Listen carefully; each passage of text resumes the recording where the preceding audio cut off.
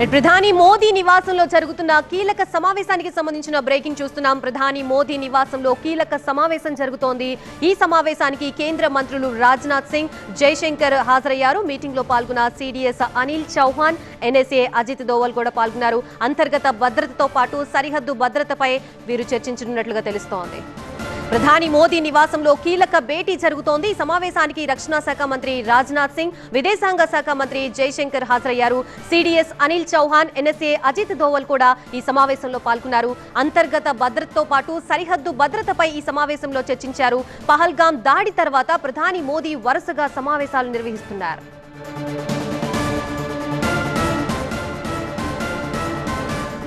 ఇదే అంశానికి సంబంధించి మనకి పూర్తి డీటెయిల్స్ అందించడానికి మా బ్యూరో చీఫ్ గోపి సిద్ధంగా ఉన్నారు. గోపి, చెప్పండి. Welcome to Saptagiri NPS university. Admissions open for BE, BCA, MBA and MCA for the academic year 2025-26.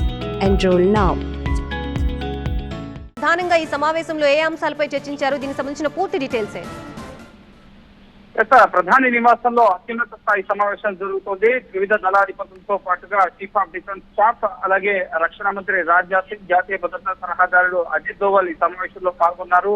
Jammu Kashmir లో అంతర్గత భద్రత, అలాగే సరిహద్దు భద్రతకు సంబంధించిన అంశాలు, అలాగే త్రివిధ దళాలు ఏ విధంగా సన్నద్ధంగా ఉన్నాయి, పాక్ ముఖ్యంగా సరిహద్దుల్లో తమ రక్షణ దళాలను మోహరిస్తున్న సమయం, భారత్ తీసుకుంటున్న చర్యలకు పాకిస్తాన్ బెంబేలెత్తిపోతున్న పరిస్థితి, ఈ నేపథ్యంలోనే అక్కడ సైనికుల్ని, ఇటు రక్షణ వ్యవస్థని ముమ్మరంగా మోహరిస్తున్న పరిస్థితి, F-16 సహా ఫైటర్ జెట్స్ ని సిద్ధం చేస్తున్న పరిస్థితి. ఈ నేపథ్యంలో పాకిస్తాన్ ఏమైనా చర్యలు తీసుకుంటే కనుక ముఖ్యంగా యాక్ట్ ఆఫ్ వార్ గా, సింధు జలాల నిలిపివేతను యాక్ట్ ఆఫ్ వార్ గా చూడాల్సి వస్తుందని చెప్పి పాకిస్తాన్ కు సంబంధించిన రక్షణ మంత్రి కానీ ఇతర మంత్రులు కానీ భారత్ పైన ఏ చర్యలు తీసుకునేందుకైనా మేము సిద్ధంగా ఉన్నామని చెప్పి హెచ్చరికలు జారీ చేస్తున్న నేపథ్యంలో భారత్ రిటాలియేషన్ కి ఎటువంటి చర్యలు చేపట్టడానికి సిద్ధంగా ఉంది. ఇటువంటి అంశాలపైన ప్రధానంగా చర్చిస్తున్నారు. ఇటీవల ఉపేంద్ర ద్వివేది ఆర్మీ చీఫ్ అక్కడ పర్యటించి వచ్చారు, జమ్మూ కాశ్మీర్ అలాగే శ్రీనగర్, ఉదంపూర్లో. సో అక్కడ ఉన్న పరిస్థితుల్ని ప్రధానికి వివరిస్తున్నారు. కాసేపటి క్రితమే హోమ్ సెక్రటరీ కూడా ఇటు సశస్త్ర సీమా బల్తో పాటుగా ఇటు CISF, CRPF అలాగే ITBP, BSF ఈ చీఫ్లకు సంబంధించి DG స్థాయి అధికారులతో ఉన్నత స్థాయి సమీక్షా సమావేశాన్ని నిర్వహించారు.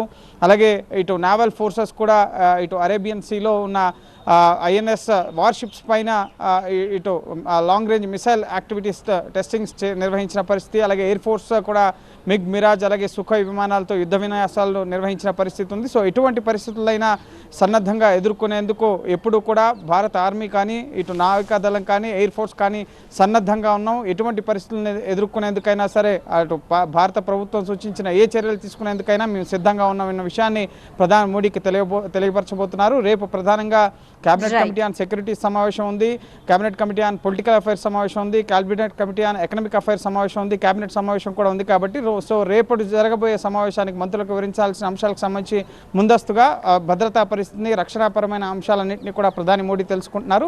రేపు కూడా CCS సహా కేబినెట్ సమావేశంలో కేంద్రం కీలక నిర్ణయాలు తీసుకునే అవకాశం ఉంది.